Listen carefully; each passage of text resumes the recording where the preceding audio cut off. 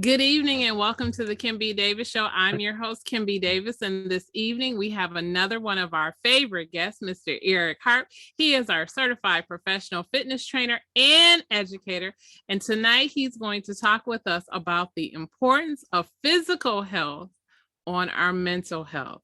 Good evening, Mr. Harp. How are you? I'm doing well, Mrs. Davis. It's always a pleasure to be here. Great. All right, so let's get to it. You know, we got to talk current events, and there is so much going on.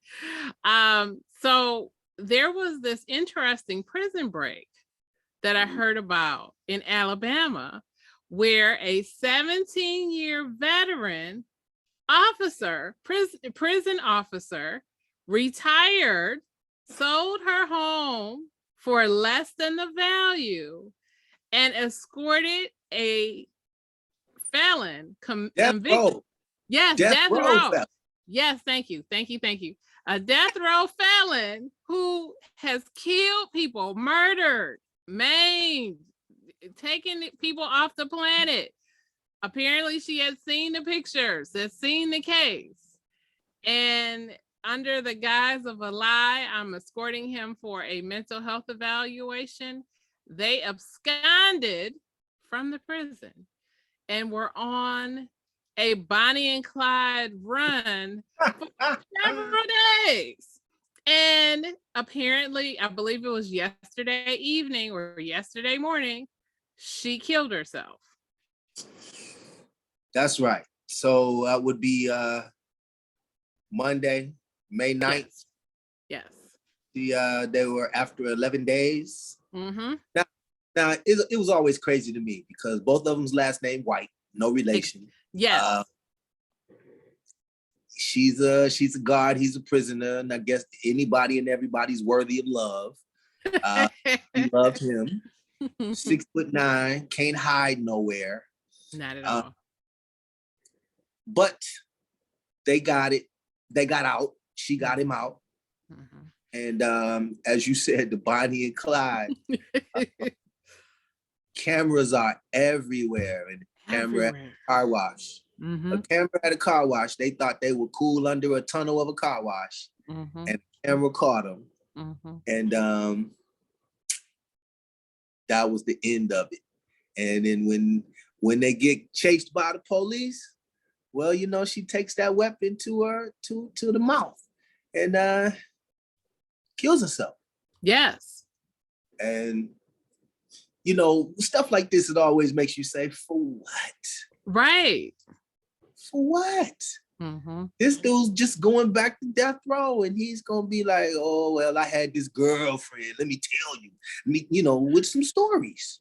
Exactly. Horrible. Mm-hmm. You know, this is the stuff that makes good movies. Mm-hmm. You know, mm-hmm. Stuff, you know, the Johnny Depp Amber Heard trial. Oh my goodness. Can I just say? Yeah, please say it. So I wasn't really watching that much of it. I really wasn't paying attention to it. Let me be honest. I wasn't. I like Johnny Depp, but I was like, okay, I didn't really know who Amber Heard was. And then I found out that was the lady from Aquaman. And I was like, oh, and then I started hearing about people pooping on people's beds and cutting off fingers. And I said, wait a minute, what did I miss? Is this a movie? This is really Johnny Depp's life? And then I'm listening to what he says about Disney and how he lost his role of Pirates of the Caribbean. And I'll be very honest, I've never watched any of the movies, so I don't know anything about it. I don't. But to hear him get fired and lose a role that everybody who watched that movie loves him in, and to listen to some of the abuse, the allegations from both sides, and I thought, ooh, some people have some serious issues. What is going on? That cocaine is good. Cocaine is a hell of a drug. I mean, again, listen, this is you know, back in the day you had court TV, 24/7 court TV, and this would have definitely took the cake. This is just some craziness. And from a Johnny Depp, you know, a movie star that everybody has grown accustomed to. You know, it's always hard when a cultural icon, you know, you find out behind the scenes that they were weird like that, right? Strange like that. He did what? Mm-hmm. You know, those kind of things. And you know, I don't know either one of them well enough to say they had it coming or, you know, they deserve what they get. But, you know, listen, you reap what you sow. And you sure do. cocaine is a hell of a drug. Yes. But I'm not mad at Johnny Depp because there was a couple of times where he talked about, they were asking him about his drinking problem. And he basically was saying, I drink because of her. And I was like, dude, I would too. If I was like, oh, she back again. Oh, pour the whole bottle. She trying to get the money. He trying to save the money. You know, he's got no more roles and she's gone. She's probably going to have no more prospects for a while. Right. So, you know, she trying to countersue him for the money. She's trying. I mean, you know, it all comes down to weirdness that just divorce. You know, just divorce and be done with it. But we don't live in that kind of society. So we don't live in a society where there is no privacy. There is no fade away into the sunset. You know, this kind of stuff has to be the, you know, the top of the Twitter, has to be the top of the, you know, top of the Instagram, has to be the most viewed, the most liked, all of that. And so in a way, he's still in the public eye, so he ain't lost nothing. You know, Amber Heard's probably more famous from this than Aquaman would have gotten her. So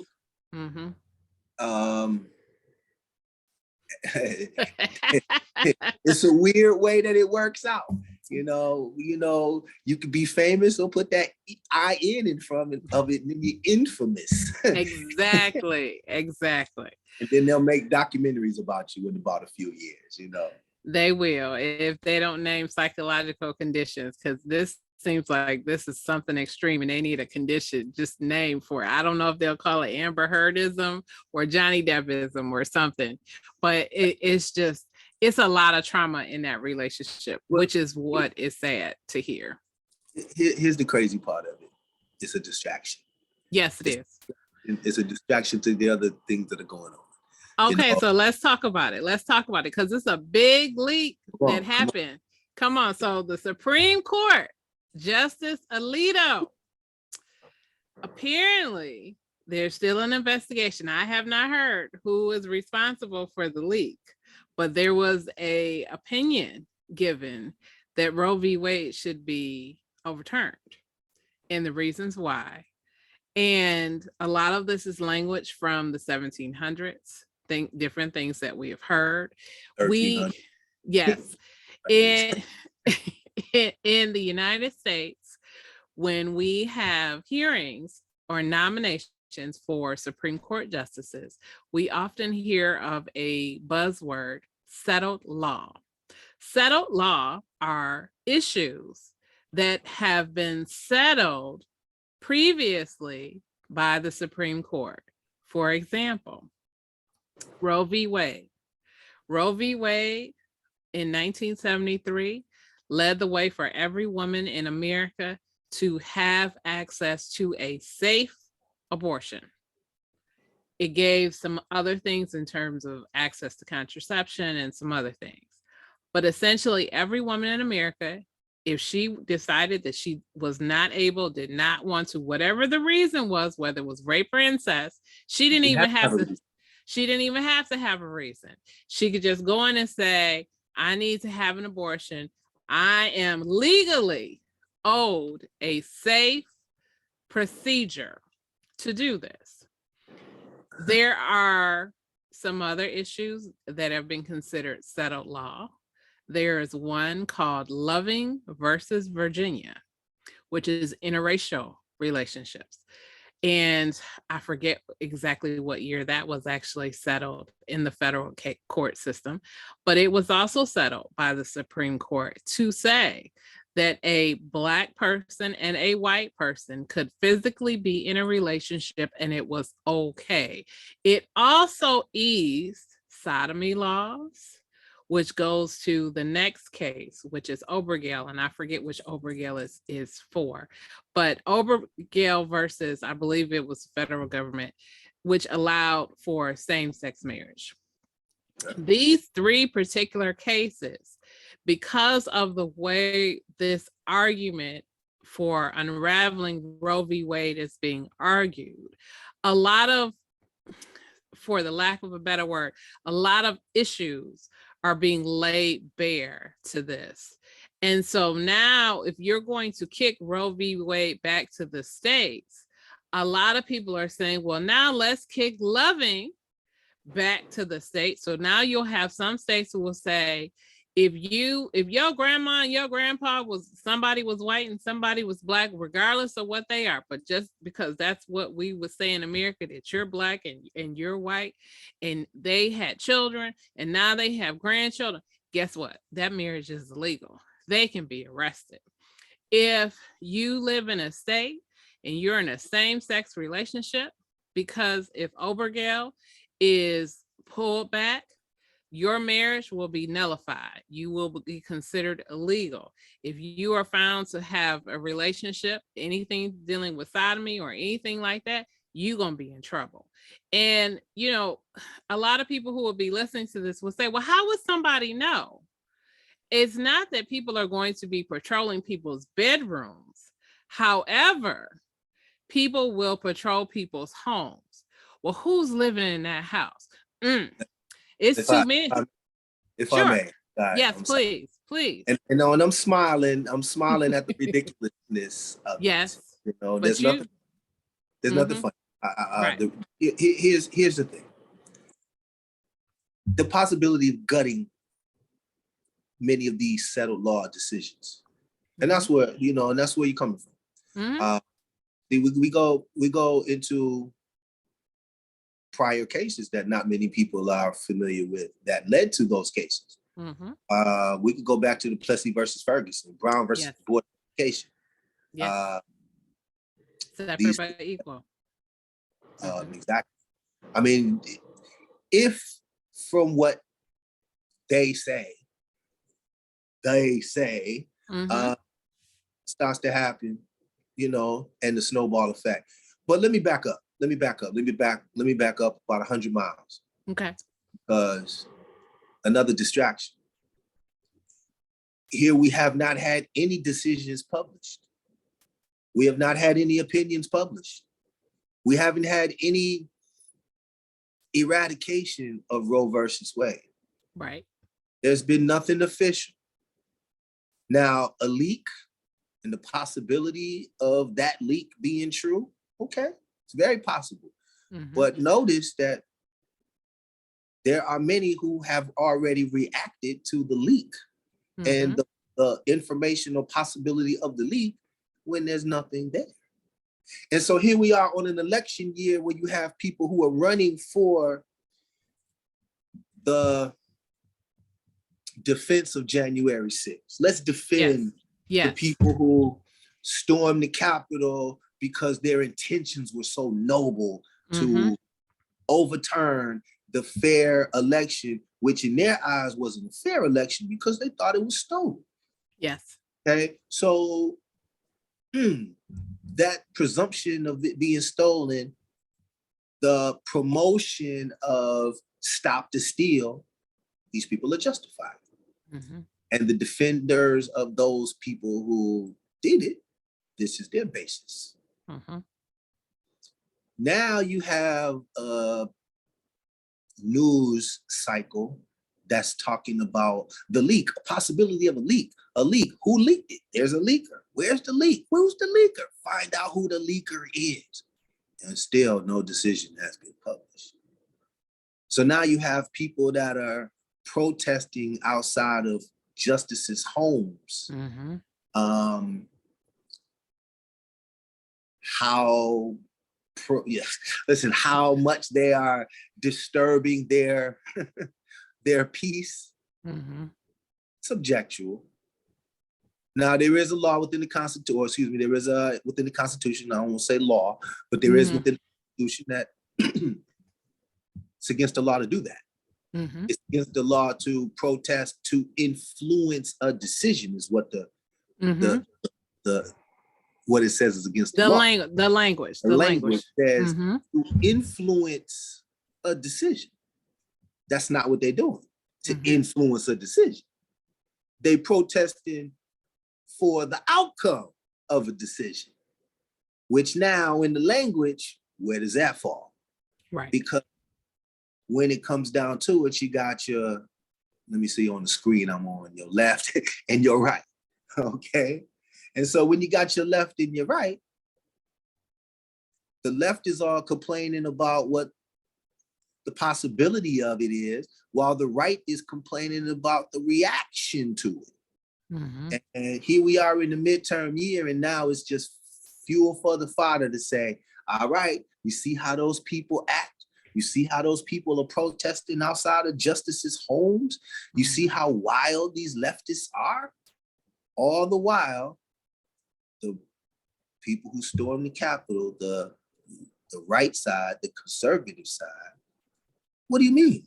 Those were just peaceful protest, not even protesters. Those were, peaceful, what do they call them? I forget. Going in tourists. They just call them tourists. Yes. While the people that were, all it is a distraction. Mm-hmm. In this midterm year, you have so many people running for different offices that now you can't even get information about because the news cycle is crowded with everything else. Mm-hmm. Going to these websites sends you the different links and and they're expecting the average American to be stupider than them, Mm-hmm. to be as stupid as they would hope they are. Right. So we don't read the language, that we don't understand the language that we're reading. And all we do is just read the little snippets and see the little snippets that come out on the news. Mm-hmm. And the little snippets, depending on what show you watch, is going to portray the pro-lifers as the saints and saviors of the world. Mm-hmm. The pro-choicers are going to be the evil ones of the world now because they just want to kill babies.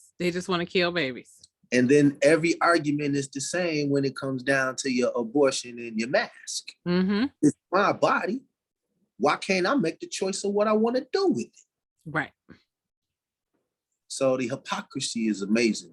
The circular cycle of the hypocrisy. It's amazing. I don't care who you are. If you're a Democrat, Democrats are just as fallible as the Republicans. Republicans are as fallible as your independents. And it's not really mattering where you come from. What's happening is where the temperature is laying for that. And it's amazing when it happens. Again, that cycle of hypocrisy is what gets to me. And you're right. I was alluding to the fact that I believe you will have people patrolling neighborhoods trying to maintain. We've seen it with George Zimmerman when he murdered Trayvon Martin. He's not supposed to be here. And, Black people, African American people can argue all day long. We can be everywhere we choose to be. We belong.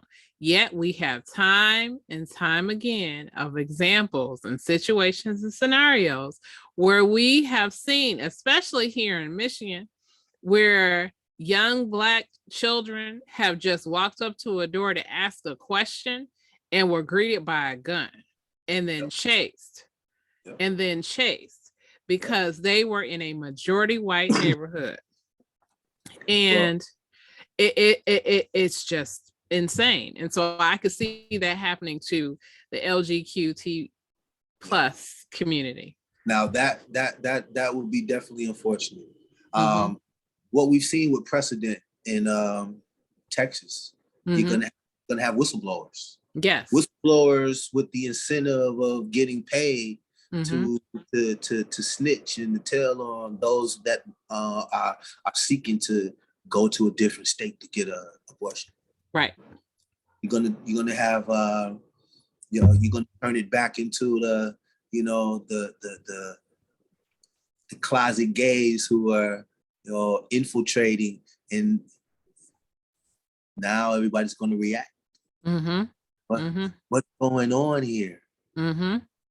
And yeah, vigilantes. You're going to have vigilantes all over the place. Mm-hmm. You know, those who will feel emboldened, empowered, will have a Bible verse to back it up.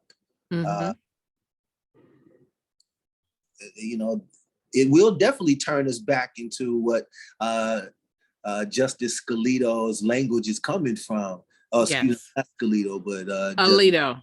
Alito. But Justice Alito, his language coming from the church of the 1400s and the 1500s when they burned witches at the stake. Exactly. You know, the Catholic Church, you know, I'm not in any position to place the Catholic Church as the arbiters of the world. However, that particular stance is not backed up biblically. Not backed up biblically. It's a stance that's a man-made stance. It is. It is. Because we have to know that particular practice was done during the Egyptian days. Sure was. Children were murdered all the time. Not making light of it. You didn't have to just be born. Right. You know, all you had to do was be the firstborn. So, you know, it's a circular hypocrisy.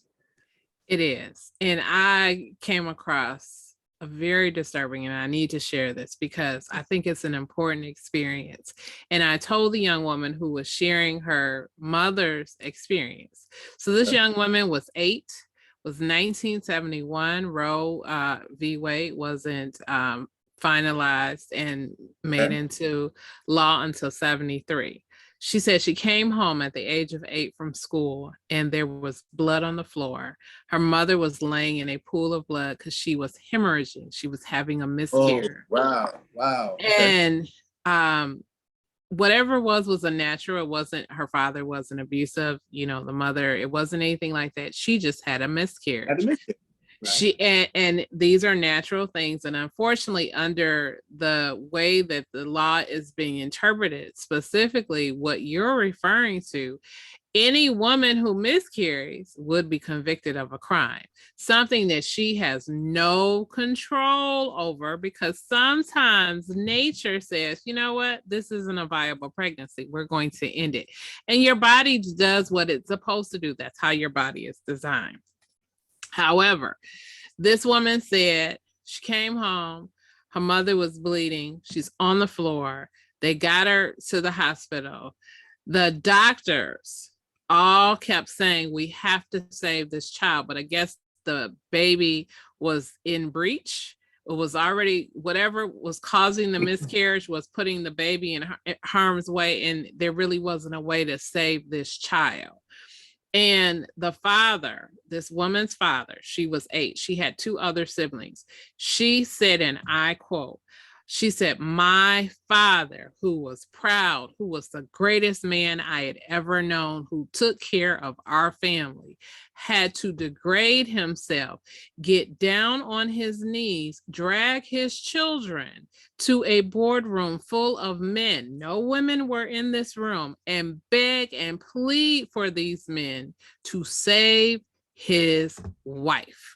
He said, I have 3 children here. That child is not going to make it.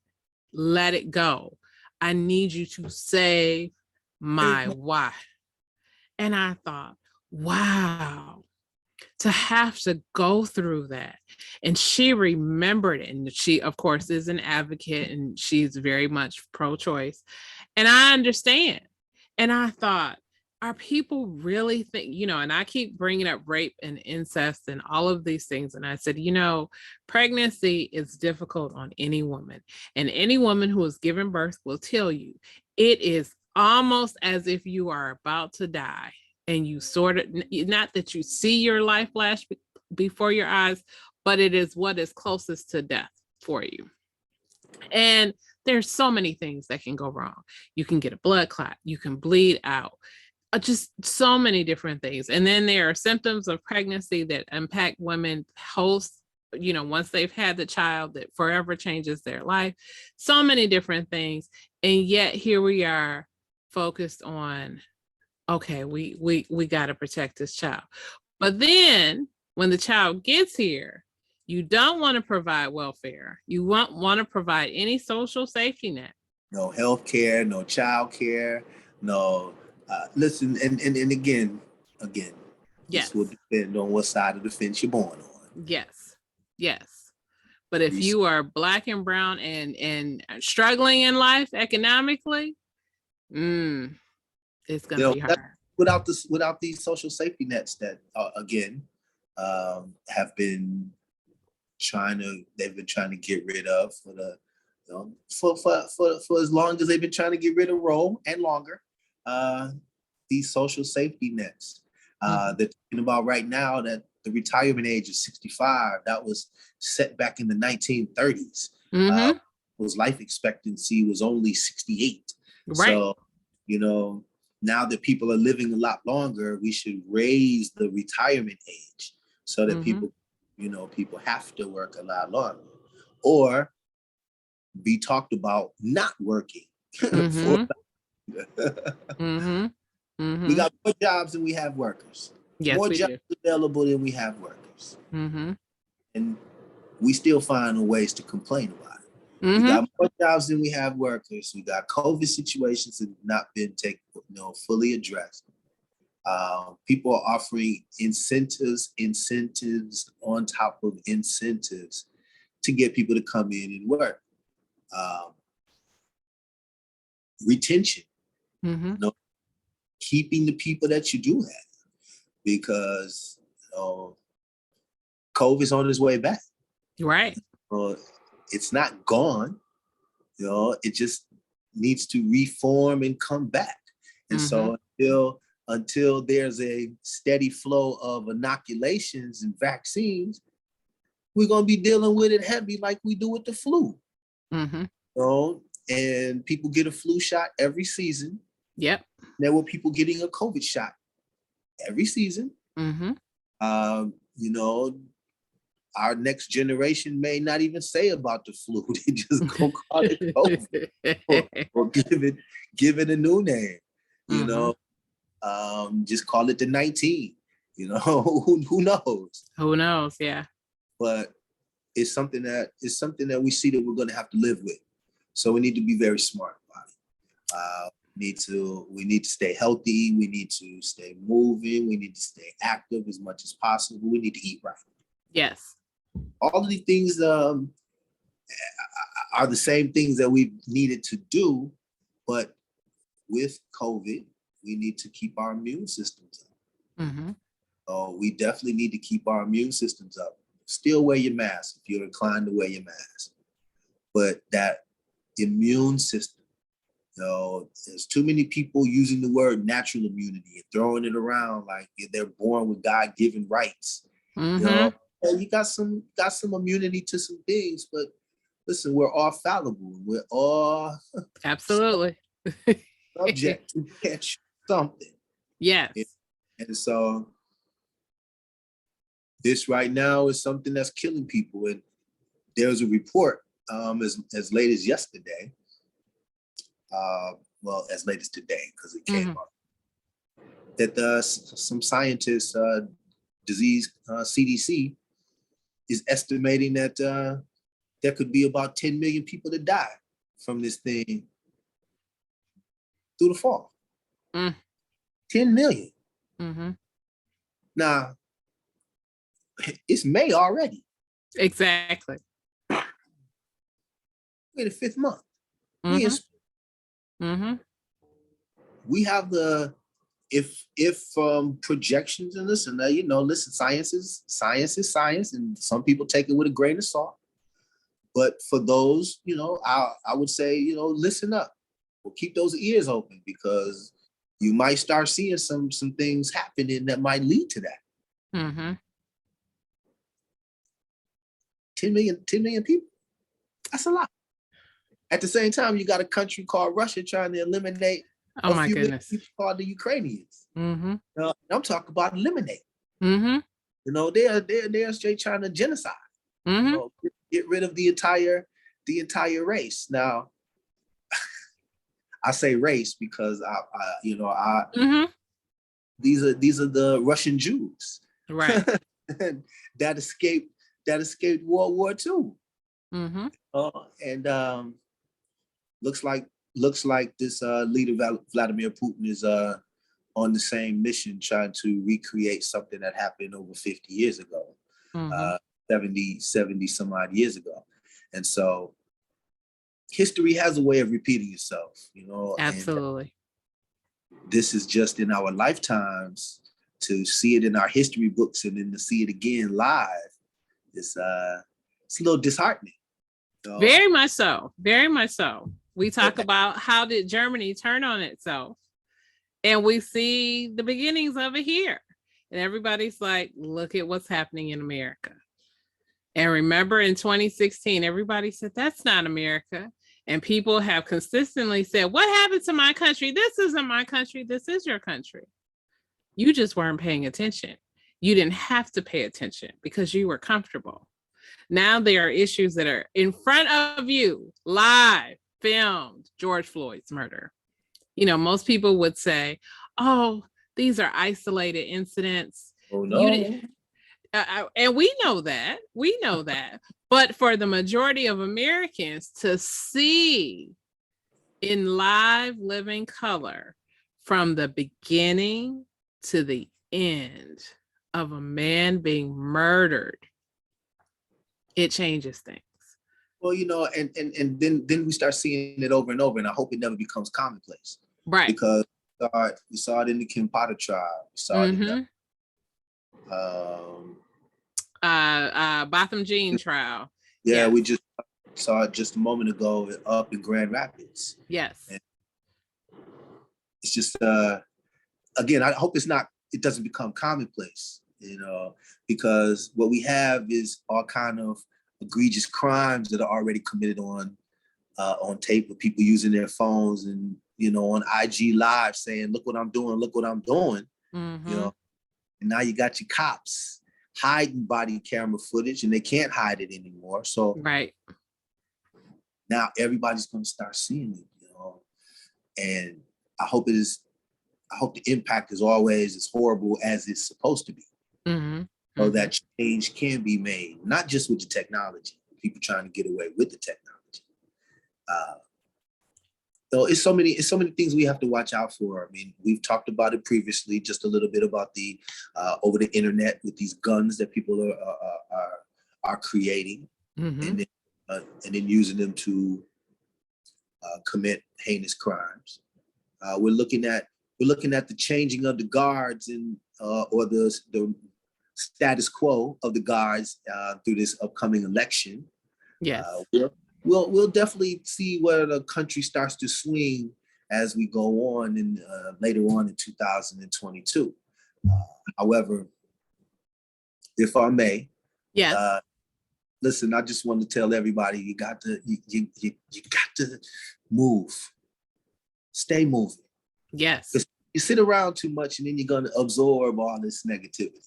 Mm-hmm. Which is not moving. Good for our mental health. Good for our soul and not good for our mental health. We got to keep moving. We have to stay away or, you know, moderate. Mm-hmm. Everything in moderation. We have to moderate.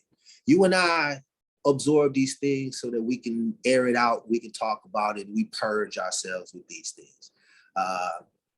Not a lot of people get that opportunity. Mm-hmm. Mm-hmm. I get up every morning and I get moving. I go to the gym. I work out. I get moving. So not everybody's doing that, but yet I wish they would, because the blood's pumping and you're ready to go. Help tremendously throughout the day. But the mind, the mental, put that all together. You get working, you get your blood pumping, the outlook changes. You start looking at things with more positive attitude. You start looking at things with the I can instead of I can't. Mm-hmm. You start saying, oh, I'm sure I can, instead of, I think I can do it.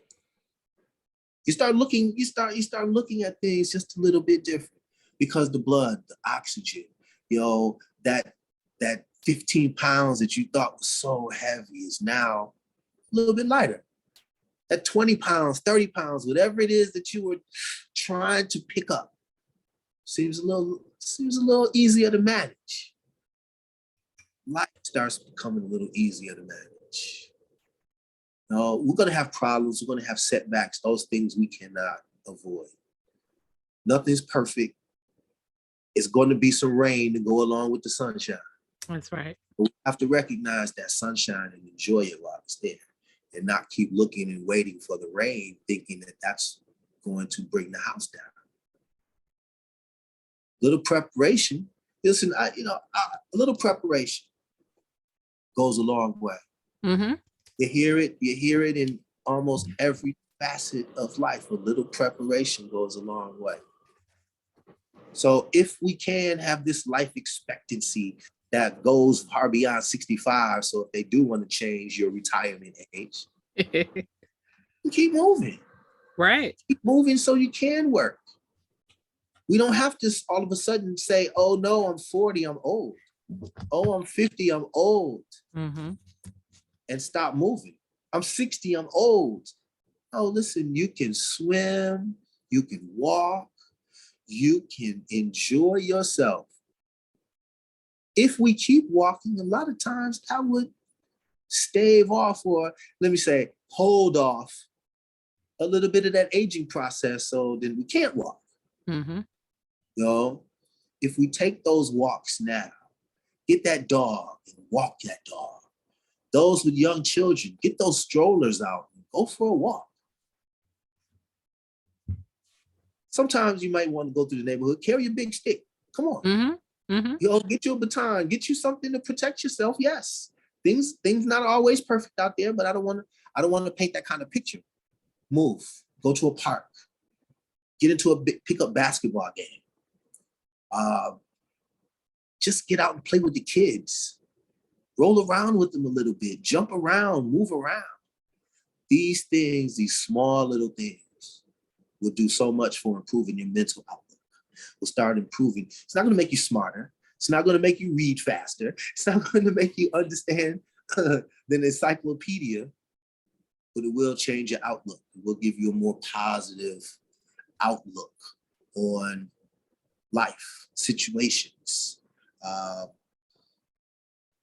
getting up and having a good breakfast and moving around will just make you feel better. And just by making you feel better, yes, you'll think better. You'll see better, hear better. All of the things that you thought you couldn't do, you find out you can do. And then once you can do it, we'll keep doing it and get better at that. That is wonderful advice. So you're saying that physical fitness plays a very important role in our mental health. And I heard you talk about getting your blood moving.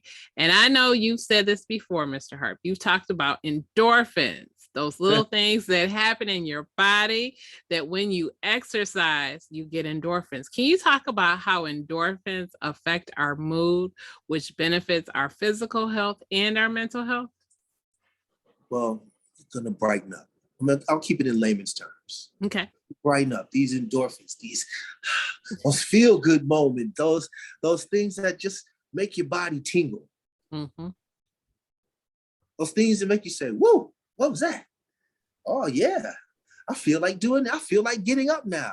You know what? I feel like going to the store. You know, I feel like doing this. Endorphins kick in. Get a little inspiration.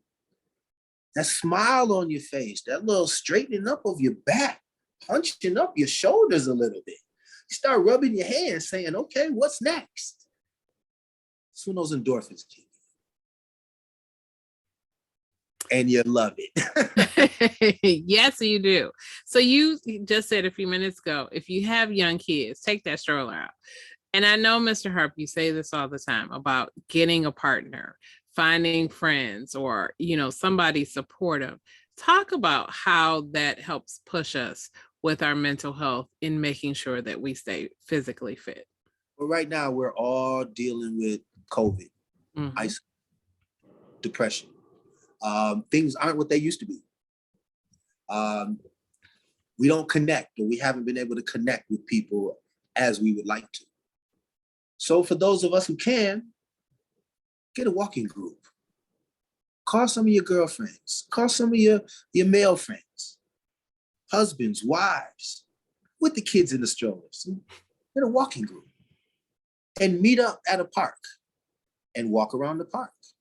While you walk, talk, socialize, strengthen numbers,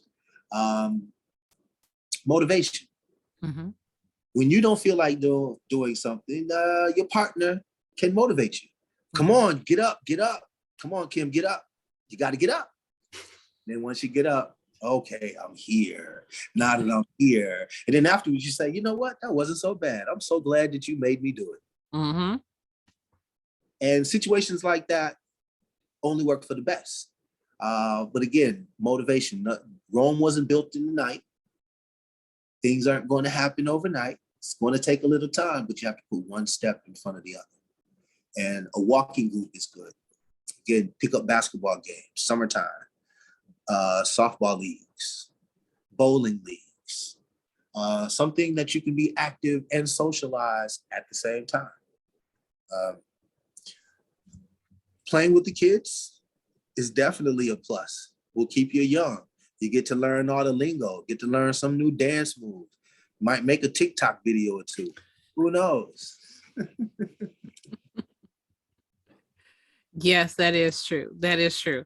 So before we get out of here, you always talk about what is the largest muscle in our body, and just remind us why it's important for us to keep it in shape. Listen, the brain is the largest muscle. It's the hardest one to train, but the results are amazing. Brain food, we have to eat to feed our brain. We have to keep moving the blood and the oxygen that feed our brain to keep us sharp, to keep us mentally sharp. So what we want to do is we want to just balance mind, body, and spirit. You feel good by working out. You feel good when you can answer those questions and focus on the things you need to focus on. So, and as they say, the older we get, the more we lose that. The older we get, the more, and listen, our bodies are built to deteriorate. That's not, I'm not gonna say it's not, but they don't have to go so fast. Right. So there's things that we can do in order to maintain. There's all the things we can do. We're never too old to try to improve. Right? We're never too old to try to improve. And the brain, listen, the biggest muscle to work, but the best satisfaction of working. Absolutely. Thank you, Mr. Harp. My grandmother used to say a saying, when I get older, I always want to be in my right mind. And having watched people age and pass away, it is an amazing thing to watch people deal with a physical debilitating disease and watch their body deteriorate, and then they pass away. But it's another thing to watch someone mentally decline, not recognize people, not recognize who they are, not be able to do basic functions, like just being able to go out to the store without having to worry about if they're going to be lost or get confused or any of those things. And I completely understand what my grandmother was saying. Being in your right mind is everything. And so when we exercise our physical bodies, we also have to exercise our brains. So that means doing crossword puzzles, reading, learning new things, learning languages, whatever it is. Learning should not stop. Whatever age that you left school and you were like, oh, I'm done. I've done it. Okay, I have a career now, I'm making money. No, you need to continue to still learn something, even if It's just cooking a meal, whatever it is, continue to train your brain. Right. Mr. Harp, tell us how we can reach you. Thank you for being on the show. May is Mental Health Awareness Month, and so we are so happy that you could share these tips with us. But tell us how we can reach you. Tell us where we can find you on social media so people can connect with you.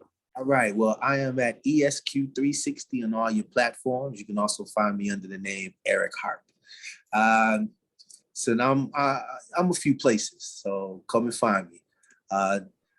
I'm always glad to be on your program.